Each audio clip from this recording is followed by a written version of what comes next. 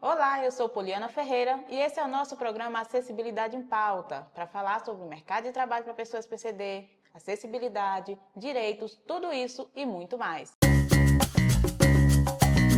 Acessibilidade em Pauta. Com Poliana Ferreira. Hoje, minha convidada é a Dani, doutora Dani, que é advogada. Dani, se apresenta para nós, para o nosso público, por favor. Obrigada pelo convite, boa tarde. Minha audiodescrição, eu sou uma mulher de meia idade, eu tenho 50 anos, sou uma mulher morena, clara, sou alta, meu cabelo é liso, do tamanho do meu queixo e uso brincos vermelhos e batom vermelho. Estou com uma camiseta branca do Toca das Leoas e quero agradecer a oportunidade, porque o Toca das Leoas é isso. Representa a sociedade civil, representa as mães, os pais atípicos, neurodivergentes, né, que tem dentro da família uma pessoa com deficiência ou um autista ou uma pessoa que é um representante legal nesse processo aí, um tutor, um curador. Enfim, eu sou essa pessoa que leva o direito e ensina o direito para essas pessoas e como buscá-los. Eu quero te perguntar sobre mercado de trabalho para pessoas PCD. Já teve algum caso que você acompanhou para um PCD conseguir se colocar no mercado de trabalho, mesmo tendo formação? Nós enfrentamos várias dificuldades em relação ao mercado de trabalho. Nós melhoramos muito enquanto sociedade em relação aos impostos, de tudo que é deduzido numa empresa que incentiva essas pessoas com deficiência no mercado de trabalho. Hoje a gente consegue ir no supermercado e ver autistas trabalhando, síndrome de Down, T21 trabalhando. Eu gosto muito de ir no Açaí, no quarteto, eu consigo ver, né, os jovens que têm deficiência auditiva, também consigo ver os autistas com suas correntes ali, com seu colar de quebra-cabeça. Então, a gente vê que isso está mudando, né? Porque existe um incentivo fiscal para que essas empresas contratem essas pessoas, né? Dani, explica para nós quando e como você começou esse projeto do Toca das Leoas. Olha, Poliana, esse projeto, ele é muito importante para mim. Eu digo que ele faz parte da minha vida. Ele veio na pandemia de uma necessidade, eu estava fazendo, já era advogada, veio o diagnóstico do meu afilhado, com 1 ano e 9 meses, autista. E eu vivenciando tudo aquilo com a minha comadre, e aquele sofrimento do diagnóstico, o luto do diagnóstico, não saber o que fazer. E eu fui então me envolvendo com essas famílias, com as pessoas que ela conhecia, que representavam os médicos, os terapeutas, naquele processo muito doloroso do diagnóstico. Então, de certa forma, Dani, você não só representa como advogada, mas elas se sentem mais íntimas, né? Por ter uma pessoa ali falando por elas. Você é a voz delas ali.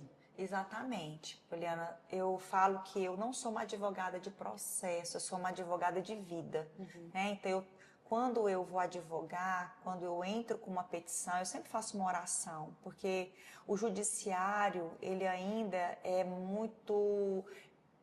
um lugar muito inóspito para se falar de direitos, né? Existem juízes e juízes, como existem advogados e advogados, médicos e médicos, profissionais e profissionais, né? Então a gente ainda lida com juízes muito leigos na questão da saúde, da questão do autismo. Então eu também venho nesse caminhar de conversar com os juízes, conversar com os desembargadores em relação ao que são esses direitos, né? Como eles são violados e como a gente pode conseguir esses direitos da melhor forma possível. Como que está a questão da alfabetização nas escolas? Para você, da tarde, com as crianças autistas ou outras deficiências também, as deficiências do modo em geral?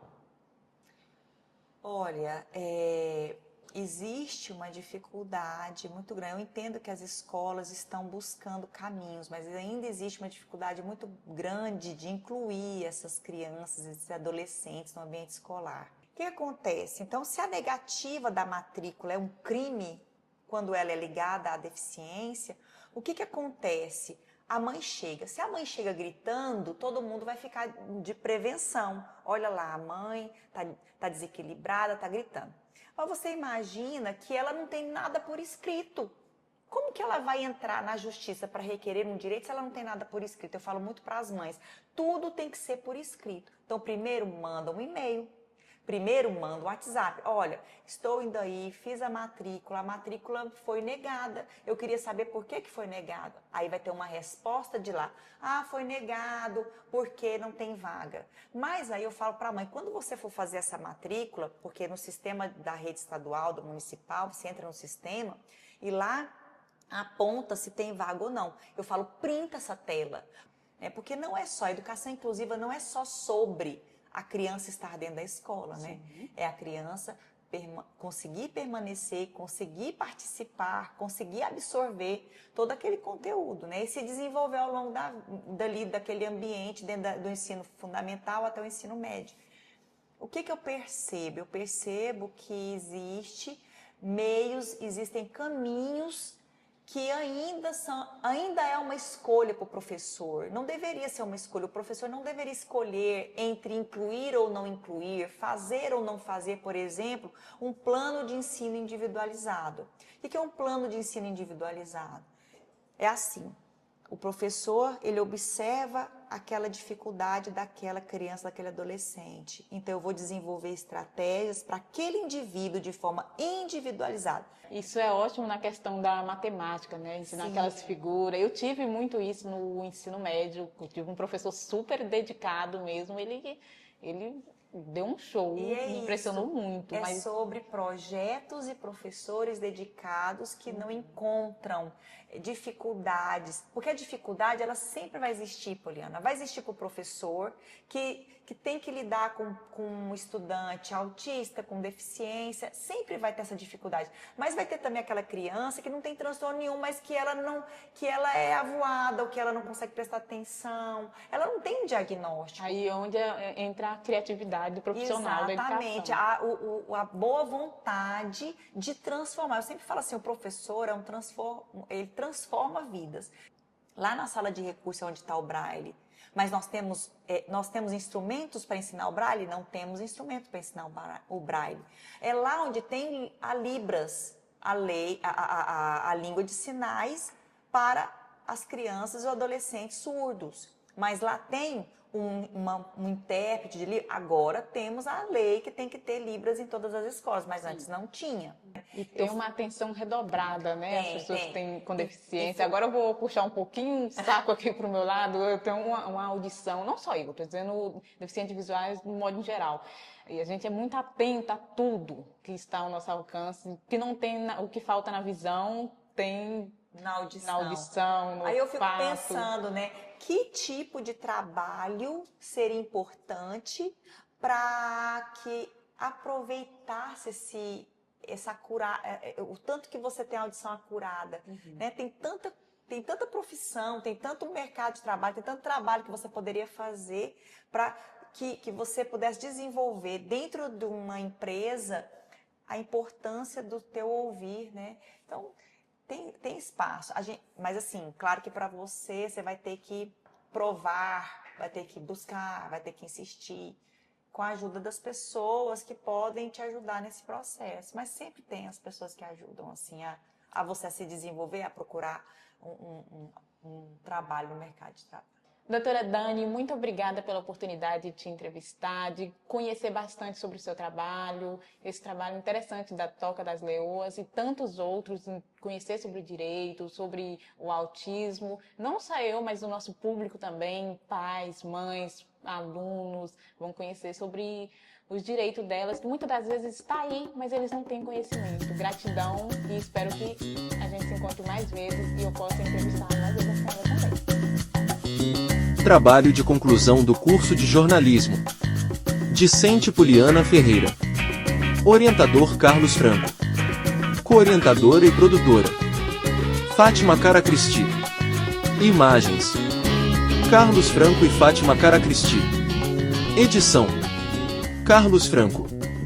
Trilha musical livre. Realização: Curso de Jornalismo da UFT.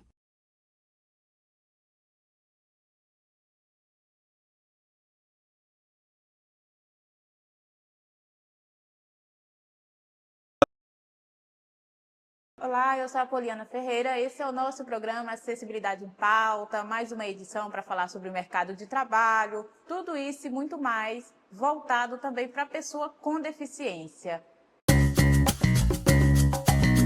Acessibilidade em Pauta, com Poliana Ferreira. Meu convidado de hoje é o Clairton Tomasi. Apresenta um pouquinho para nós, espero que eu tenha acertado o nome. Acertou sim, Poliana, obrigado. Primeiro agradecer o convite por estar aqui participando com você. E eu sou servidor do Tribunal Regional Eleitoral, tenho 49 anos, sou psicólogo e tenho algumas especializações aí ao longo da minha carreira. Sou servidor público, mas antes de ser servidor público eu trabalhei também na iniciativa privada. E sou casado, tenho um filho e sou deficiente visual, sou cego. Eu acho que isso é extremamente relevante a gente contextualizar minha deficiência também nesse momento. Conta um pouquinho para nós da questão que você perdeu a visão, como foi isso? Eu perdi a visão, eu nasci com baixa visão, né? Uhum. Nasci com hipermetropia, catarata e tal, aí fiz procedimento cirúrgico, removi parte da catarata, isso lá em 1976. E aos 18 anos eu perdi totalmente a visão. Eu fiquei cego por incidência de glaucoma. Um glaucoma que se manifestou de forma muito rápida, muito aguda.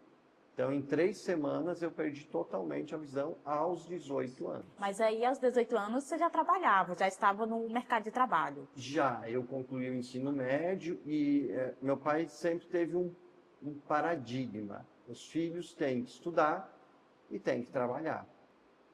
Então, esse princípio eu sempre tive muito claro. E meus pais nunca deixaram essas barreiras me impedirem de fazer as coisas. E isso foi muito importante quando eu resolvi fazer concurso, quando eu resolvi fazer faculdade, quando eu resolvi viajar sozinha a primeira vez. Tudo isso é muito fruto desse processo lá na infância, na adolescência, na juventude. É lógico que muitas vezes meus pais não queriam que eu fizesse. Não queriam, inclusive, que eu alçasse voos mais altos. Porque para eles estava muito mais cômodo, às vezes, eu estar próximo. Mas aí eles já tinham colocado o bichinho do desejo na minha mente, na minha cabeça, no meu coração, e aí não teve mais como voltar atrás. Então, assim, no começo eles falaram, você tem que ir. Depois, quando eles não queriam mais que eu fosse, já era tarde, aí eu fui. E como é a questão para fazer uma prova, para passar num concurso público? Operacionalmente, depois de estudar muito, né? Sim, Depois mas assim, na questão de concorrência com outras pessoas, como é? Hoje o mercado de trabalho, a reserva de vagas para pessoa com deficiência, como é que ela funciona? Ela tem uma base lá nas legislações referenciais. Então eu tenho uma legislação federal que trata do ingresso da pessoa com deficiência no Serviço Público Federal. Eu tenho no estado aqui uma legislação, no município tem outra legislação, mas a maioria segue o princípio constitucional. E o fazer a prova, como é que é? Hoje os concursos, já na época que eu fiz, em 2005, 2004, os concursos oportunizam que a gente receba todo o processo adaptativo para que eu faça a prova Não em igualdade de condições, porque nunca vai ser, mas mais próximo do nível de igualdade de condições. E sobre a urna eletrônica, como é a acessibilidade?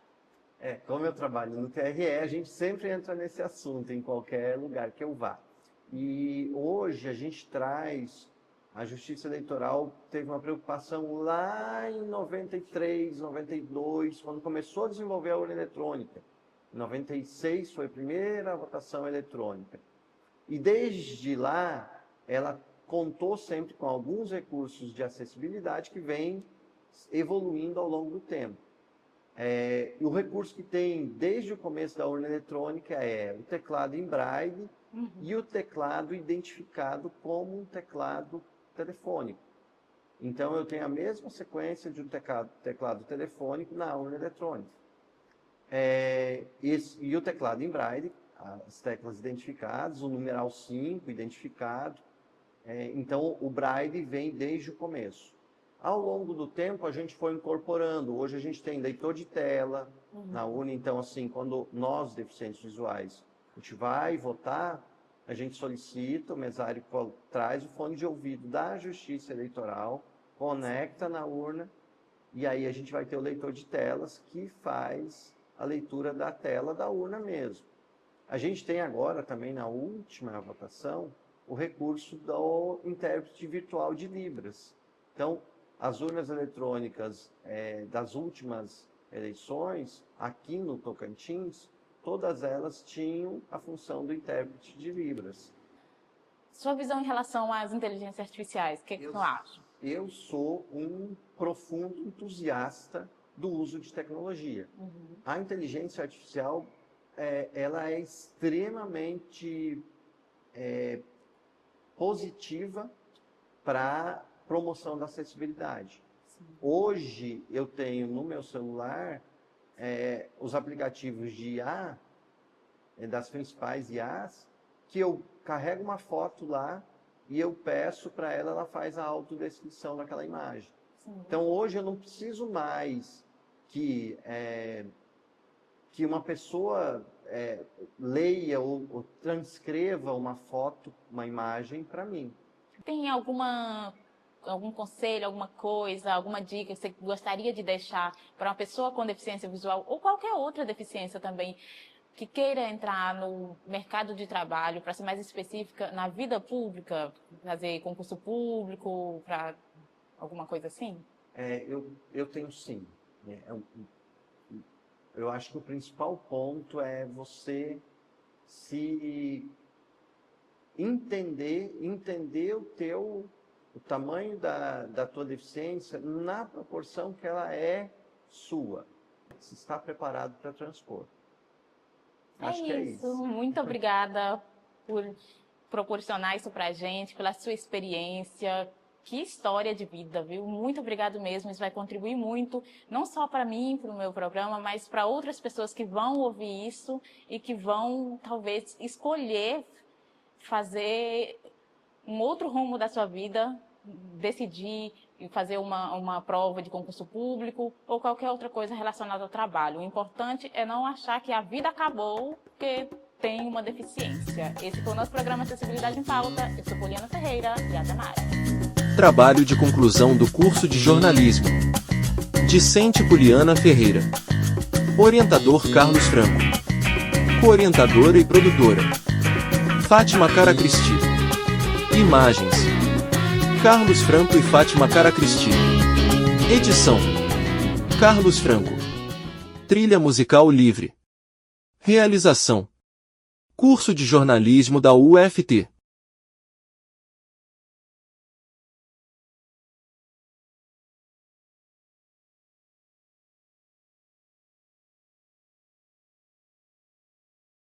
Olá, eu sou a Poliana Ferreira, esse é o nosso programa Acessibilidade em Pauta, para falar sobre o mercado de trabalho para pessoas PCDs, tecnologia, tudo isso e muito mais a partir de agora.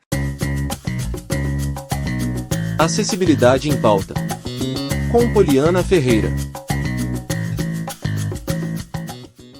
Minha convidada de hoje é Caroline Reis, para os mais íntimos, Carol. Carol, seja bem-vinda ao nosso programa. Fala um pouquinho sobre você, se apresenta para nós. Bom, primeiro, né, eu quero agradecer pelo convite, muito feliz de estar aqui hoje, né, participando com vocês dessa troca. Como a Poliana já colocou, eu sou Caroline, tenho 30 anos, jornalista de formação pela Universidade Federal do Tocantins, né, com muita alegria e muita gratidão em falar da importância, né, da universidade para mim também. Foi de uma potência gigantesca nesse sentido.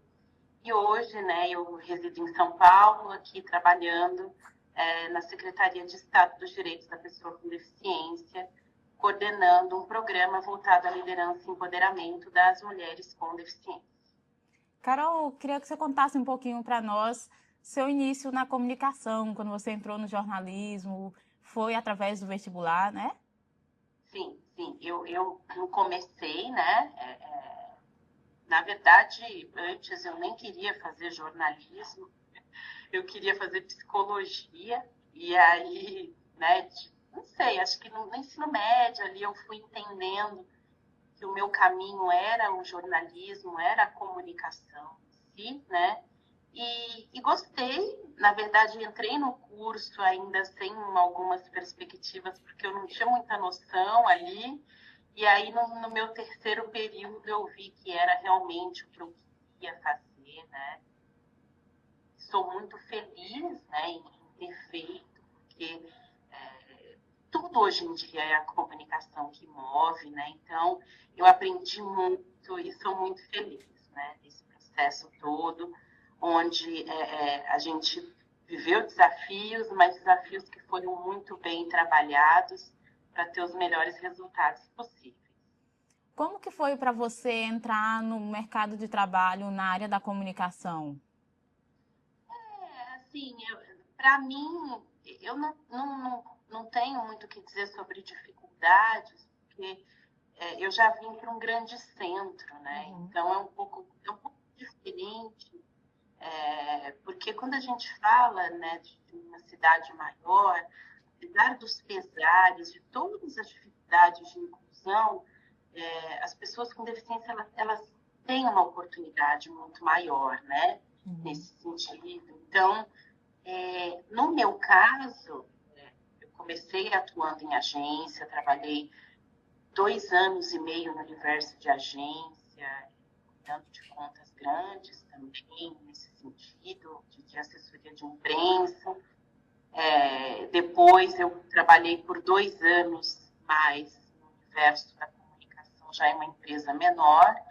E agora eu estou num universo que, querendo ou não, também envolve tudo que eu aprendi dentro do jornalismo, porque se eu não crio estratégias de comunicação, eu não consigo trabalhar estratégias para o meu programa, né? O meu programa, a nível, né, de estado, caminhar. Então, tudo se complementa. Mas eu, Carol, não tive dificuldades no sentido de ter a oportunidade do emprego dentro da comunicação. Mas eu tive que mostrar para as empresas que eu passei, por exemplo, como eu tinha que ter ali a acessibilidade, os leitores de tela, né, os equipamentos necessários para que eu realizasse o melhor trabalho possível. Então, meio que você ensinou para algumas empresas a questão da acessibilidade, quando você chegou lá. Isso, eu acho que muito a gente tem que explicar, né? Acho que hoje as coisas já avançaram um pouco mais, né? Mas muito a gente tem que explicar ainda para que eles entendam até onde dá para ir, de que forma dá para ir e como é o melhor caminho para que a pessoa com deficiência tenha a sua melhor forma de trabalho. Porque a gente, sim, né? Nós temos os nossos potenciais, né? Basta a gente ter os nossos recursos necessários para isso acontecer. E como é para você? Você chegou a trabalhar aqui no Tocantins?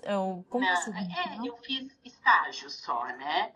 Eu fiz o estágio de 2 anos dentro do núcleo de acessibilidade da UFT.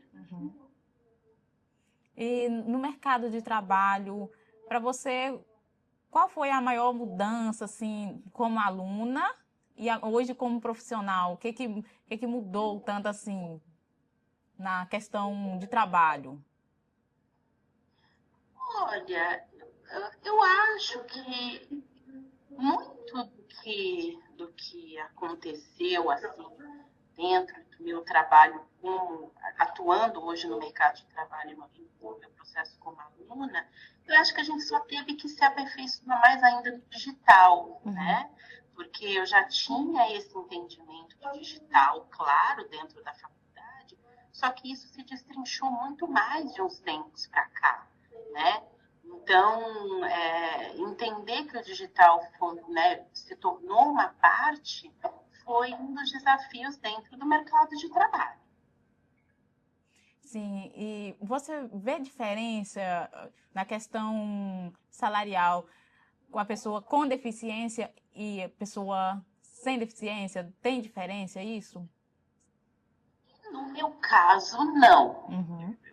Eu posso dizer que eu estou muito feliz. Que bom. Mas é lógico, que né? Que bom. Ainda há essa diferença, sim, até pelo fato das pessoas com deficiência, muitas delas não terem a oportunidade. Eu acho que as empresas elas estão entendendo essa oportunidade com o tempo, né? As coisas têm melhorado nesse sentido, mas no meu caso eu não vi diferença, não. Não. Para você acha que existiu a questão do preconceito no seu trabalho, por você ser uma pessoa com deficiência? Nada. Não tenho que reclamar, tenho as mesmas oportunidades. Onde estou agora também tive uma oportunidade de crescimento. Então, realmente, eu não tenho o que dizer. Que bom. Carol, se você tivesse que deixar uma dica pelas suas experiências na comunicação, como pessoa com deficiência visual, no jornalismo, e em qualquer outra área de trabalho, qual seria a sua dica para quem está começando ou para quem ainda vai entrar e é uma pessoa com deficiência, seja ela visual ou surda, enfim? Bom, eu acho assim, a gente sabe dos desafios que a gente passa, a gente sabe dos desafios que a gente enfrenta todos os dias na nossa rotina, né? Quando se trata do mercado de trabalho, o desafio é gigante, mas a gente não pode desistir. Primeiro, eu acho que os estudos, eles são fundamentais, né? Estudar é o caminho para que cada pessoa possa se desenvolver, para que cada pessoa possa criar sua oportunidade de trabalho, possa criar a questão do seu crescimento, da sua evolução. O estudo é o que move. Então, buscar a oportunidade para estudar, para crescer e para se aperfeiçoar é o melhor caminho. Então, estudem que o caminho sempre será trilhado da melhor maneira possível e não desiste, não desanime, né, também perante os desafios que possam aparecer. Porque o mundo ele não é colorido o tempo todo, né? Quantos anos já no jornalismo? 7. 7? Isso tudo? 7. Não, 6, né? Não, vamos colocar 6, vai. 6 já como profissional? Isso. Que legal! É isso, Carol. Muito obrigada pela sua entrevista aqui para mim. Que honra te entrevistar, né? Imagina. Eu que agradeço, assim. Para mim é uma alegria pela importância que a casa teve na minha vida, né? Eu tenho um carinho e uma gratidão imensa por tudo, né? Enfim, então eu desejo, assim, que todos que estão passando, assim como você, por essa etapa, que sejam aí, que seja uma etapa de muitas descobertas e de uma etapa, né, de renovação e aprendizado sempre. É isso. Muito obrigada, Carol. Valeu. Esse foi o nosso Acessibilidade em Pauta.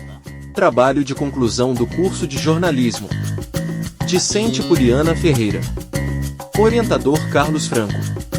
Co-orientadora e produtora Fátima Caracristi. Imagens Carlos Franco e Fátima Caracristi.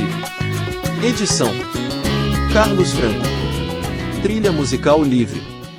Realização: Curso de Jornalismo da UFT.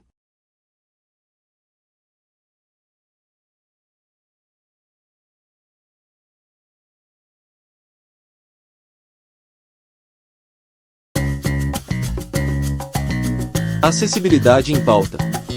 Com Poliana Ferreira.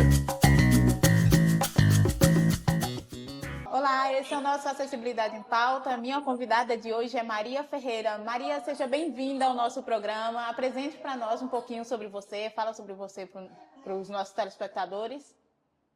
Oi, obrigada, boa tarde. Eu sou uma mulher cega, eu nasci com glaucoma congênito e eu fui perdendo a acuidade visual, né, ao longo da minha vida. Sou servidora pública, né, trabalho no judiciário já há bastante tempo, já tem 20 anos, e sou atualmente presidente da União Nacional de Usuários de Cão-Guia, sou usuária de cão-guia já no meu segundo cão. O meu cão atualmente se chama Venom, ele é um labrador preto, que me foi doado pelo Instituto Admax. E o meu primeiro cão veio dos Estados Unidos, ele me foi doado por uma escola norte-americana chamada Guide Dog of the Desert. O nome dele era Spirit e ele era um pastor alemão.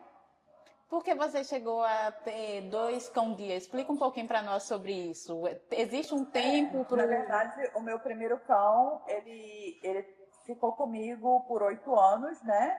E aí a gente descobriu uma doença degenerativa e eu precisei aposentar ele, porque ele foi perdendo locomoção. E aí eu me inscrevi de novo para ter um novo cão, já que ter um cão-guia para mim era muito importante para a locomoção. Então, e aí eu consegui veio para mim o Venom. Como que funciona a questão para adoção? Como que é a parte burocrática disso? Então, na verdade, o cão-guia ele é doado, né, por organizações que fazem o treinamento dos cães, né? Então, como eu falei, o meu primeiro cão ele foi doado por uma organização americana. Eu não paguei nada para receber ele. Eu me inscrevi, né, cumpri todas as exigências da organização. E isso contemplado, né? Cumpri determinados requisitos para conseguir ter um cão-guia, né? Então, eu cumpri os requisitos, aguardei e fui contemplada, né? Meu primeiro cão veio para mim em 2018, ficou comigo até 2023, e aí no finalzinho de 2023 veio o Venom, que está comigo, né, até hoje, espero que por muitos anos ainda. Eu comparei com a questão de criança, né? Adoção de criança. Existe uma adaptação e tal. E cão-guia, como é que funciona? Bom, primeiro você precisa ser habilitada para ter um cão-guia. Isso eu imagino que seja até um processo bem semelhante ao da adoção, né? Então, a gente tem que preencher 1 milhão de formulários, tem que ter referência de pessoas que atestem a nossa idoneidade, o nosso comprometimento. A gente precisa ter uma boa orientação em mobilidade, então não se entrega cão para uma pessoa que não vai saber andar com cão na rua, né? Então a pessoa precisa ter um bom mapa mental, saber andar nas ruas com autonomia, né? Usando a bengala, né? Então a orientação em mobilidade é muito importante para você se habilitar para ter um cão-guia, né? Você comprovar que é uma pessoa idônea, você precisa de atestado psicológico, né, para mostrar que você realmente é uma pessoa capaz de cuidar de um outro ser, né, que é um cachorro. Essa é a parte de habilitação. Depois que você está habilitada, vai fazer o que as escolas chamam, até um termo americano que foi incorporado aqui no Brasil, que é o matching, né, que é a combinação do cão com o usuário. Então, nem todo cão serve para todo usuário. Então, é preciso realmente fazer essa verificação para fazer a combinação certa do usuário com o cão. E aí, Feita essa combinação, formou a dupla. Aí a gente vai para treinamento, mais um momento que a gente é avaliado, né? Então a gente é avaliado dentro da escola para ver se aquela dupla está funcionando bem, né? E durante o meu treinamento foram 4 semanas no total, né? 2 aqui no Brasil, falando do treinamento brasileiro. Foram 2 semanas na escola, 24 horas por dia com os treinadores, e depois 2 semanas em casa com os treinadores, né, ali fazendo os caminhos que eu faço na minha rotina. E nesse momento a gente também é avaliado, assim, a forma como a gente trata o cão, os cuidados com o cão, a forma, né, que a dupla trabalha, né? Então se tem realmente uma conexão entre o usuário e o cão, tudo isso é avaliado. E aí, depois do treinamento, que a gente recebe o direito de uso do cão. O cão continua pertencendo à instituição que nos doou, né? A gente tem apenas o direito de uso, né? Contratualmente, é feito um contrato. Então, eles fazem avaliações periódicas para ver tanto se a dupla está funcionando, se é seguro aquela locomoção, né? Porque a dupla está funcionando, quanto a forma como o cão é tratado, né? Se ele está sendo bem tratado e etc. E se não tiver nos conformes, a instituição ela tem contratualmente a prerrogativa de retirar o cão do usuário, né? Porque o cão continua dela, ela só cede o direito de uso. E como que funciona a questão dos gastos com eles?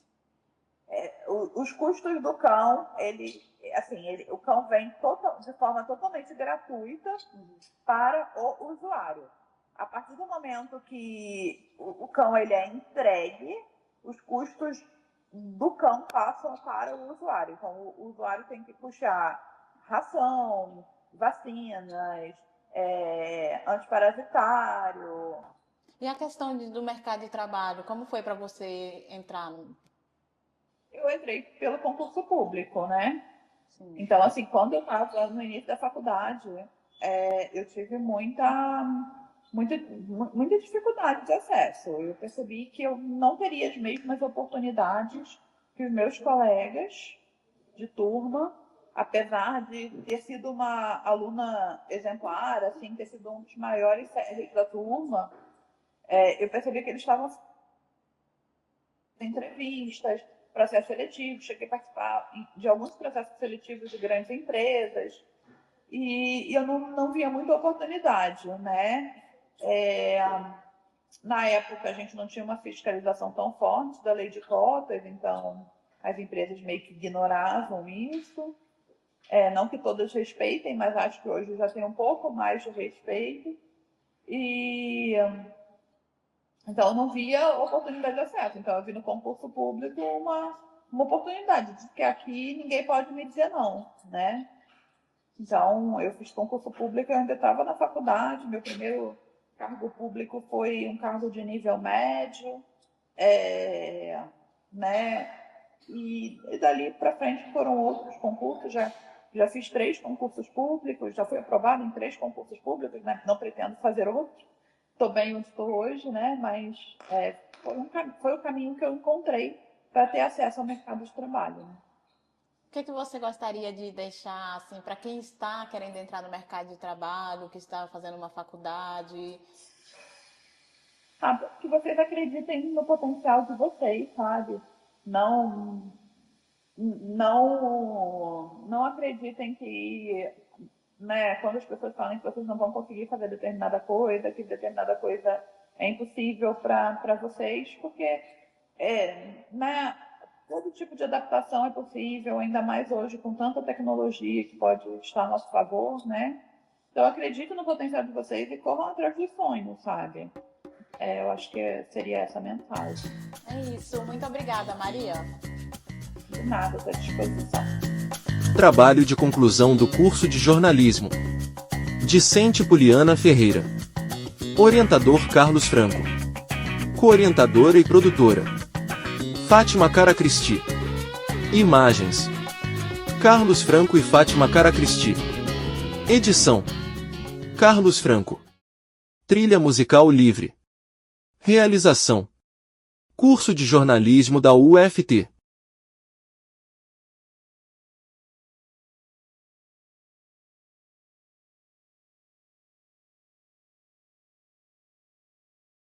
Olá, essa é a nossa última edição do Acessibilidade em Pauta.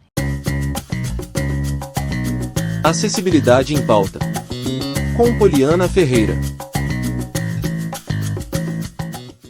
Eu sou Poliana Ferreira. Meu convidado de hoje é Tiago Gomes Ramalho, do setor de acessibilidade da UFT. Tiago, Olá, se Poli. apresenta pra gente um pouquinho. Tudo bem? Eu trabalho no setor de acessibilidade da UFT e eu acompanhei a Poli durante a trajetória dela aqui na UFT e agora ela vai me entrevistar para a gente poder debater alguns pontos relevantes sobre as pessoas PCD no mercado de trabalho. Tiago, fala um pouquinho pra gente sobre o setor, o que oferece, qual a importância dele dentro da universidade. O setor, a princípio, ele é uma ponte entre o aluno e os professores dentro da UFT, os setores administrativos. E no início a gente sempre buscou conscientizar, né, a comunidade acadêmica sobre a acessibilidade dos alunos, PCDs, não só quanto aos direitos dele, mas também com relação a como eles poderiam ser vistos dentro da UFT, né? Não como um peso e também não como alguém que precisaria de menos rigor na hora da avaliação, mas de alguém que precisa de mais meios para de fato aprender o que eles precisam aprender e se tornarem profissionais de excelência dentro do mercado de trabalho. Como vocês fazem na questão de adaptação, de atividade, de trabalho, de prova, ali com o professor e o aluno? Como funciona esse trabalho? A princípio, nós temos monitoria, né, para auxiliar os alunos nas atividades que eles precisam de auxílio e também para estudar para as provas. Com relação aos trabalhos, a gente espera que os alunos eles entrem em contato conosco e solicitem esse tipo de material para que a adaptação seja feita. A adaptação ela pode ser tanto conversão de livros em áudio ou algum outro material que seja mais acessível. E explica um pouquinho sobre os materiais acessíveis que tem lá, os equipamentos, questão tecnologia. Hoje, a acessibilidade, a gente tem impressora Braille de última geração, a gente tem o computador Braille portátil, que ele, para as pessoas que dominam Braille, elas podem digitar nele e aí ele salva na memória e ele também pode reproduzir em áudio aquilo que a pessoa escreveu ali. Esses são alguns dos equipamentos que a gente tem. Vocês também dão suporte na questão da prova, do vestibular para entrar, quando recebe a solicitação, quando recebe a informação de que tem um aluno com deficiência, como é que funciona isso? Não, a questão de prova aí é exclusiva da COPESE, mas como a lei já exige, se o aluno solicitar algum atendimento especial, como um ledor, alguém para escrever para ele, caso seja necessário, ele vai ter esse auxílio. O setor de acessibilidade dá suporte nesse caso? No vestibular, não. A gente dá suporte a partir do momento que o aluno ingressa dentro da UFT. Quantos alunos tem, mais ou menos, que são atendidos pelo setor de acessibilidade? Atendidos diretamente hoje, nós temos cerca de 15 alunos. Esse número varia por quê? Porque alguns alunos eles precisam de atendimento constante, outros solicitam alguns atendimentos pontuais, mas também tem aqueles alunos que eles não precisam de um atendimento nosso. O que a acessibilidade faz? Quando o aluno ele ingressa na UFT, a gente convida ele para uma entrevista de acolhimento. Assim a gente apresenta para ele o setor, a gente explica para ele o tipo de auxílio que a gente pode prestar para ele e aí ele tem a autonomia para decidir se ele quer o nosso auxílio ou não e naquilo que ele deseja que a gente auxilie. Desculpa. Certinho. E o mercado de trabalho? Como vocês preparam os alunos para o mercado de trabalho, no caso dos alunos PCDs? Como a gente prepara, na verdade o preparo não é exclusivo do setor de acessibilidade, né? É um preparo acadêmico que ele envolve todo o corpo acadêmico, o corpo docente e também o corpo administrativo dentro daquilo que é a responsabilidade deles. Nós damos o suporte para que o aluno tenha as condições de cumprir a grade curricular do curso, naquilo que ele precisa. Por exemplo, tem algumas algumas solicitações de aluno que são simples. Um aluno com visão monocular, às vezes só precisa sentar na cadeira da frente e que o professor escreva com a caneta de determinada cor ou com a letra maior. Outros alunos precisam de mais adaptações, por exemplo, eles precisam ter livros em áudio, ou eles precisam de provas ampliadas, então varia muito de aluno para aluno. Muito obrigada pela entrevista, suas informações contribuem muito para o nosso trabalho e foi isso. Esse foi o nosso Acessibilidade em Pauta.